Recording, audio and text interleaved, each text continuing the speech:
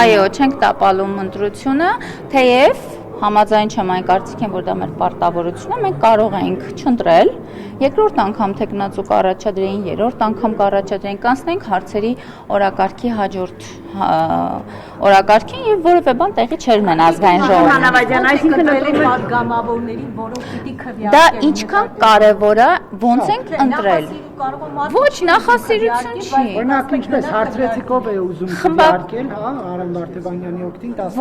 Ոչ, նման բան չի եղել։ Դա եղել է ըստ Ճնշել եք ստացվում է 13 հոգու, որ կան Արամ Վարդևանյան ընտրել։ Չենք ճնշել, դա եղել է, նշում եմ, Նարեկ, դա եղել է խմբակցության որոշում։ 13 հոգի ընտրելու է։ Հետո կտեսնեք ինչպես է եղել, որ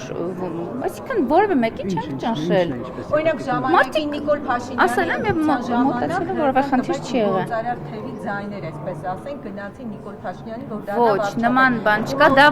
խմբակցության որոշումն է, ներսում որոշել ենք ովքեր են լինելու։ Օրինակ եղել են մարդիկ, որ սկզբունքորեն ասել են, որ չեն ընտրի անկախ խմբակցության որոշումից։ Մենք խմբակցությունում ունենում ենք քննարկումներ լինում են շատ առողջ, բայց անկախ այդ ամենից ոչ։ Այսինքն ընդհանուր որոշում է լինում, ընդհանուր որոշման երբ որ գալիս ենք, էական չի, արդեն ով ինչ դիրքորոշում, այսինքն ունենք որոշում ժողովուրդ, ինչ կարևոր է, որ падգամավորն է ինչ կարծիք հայտնել, կամ դա փակ քննարկում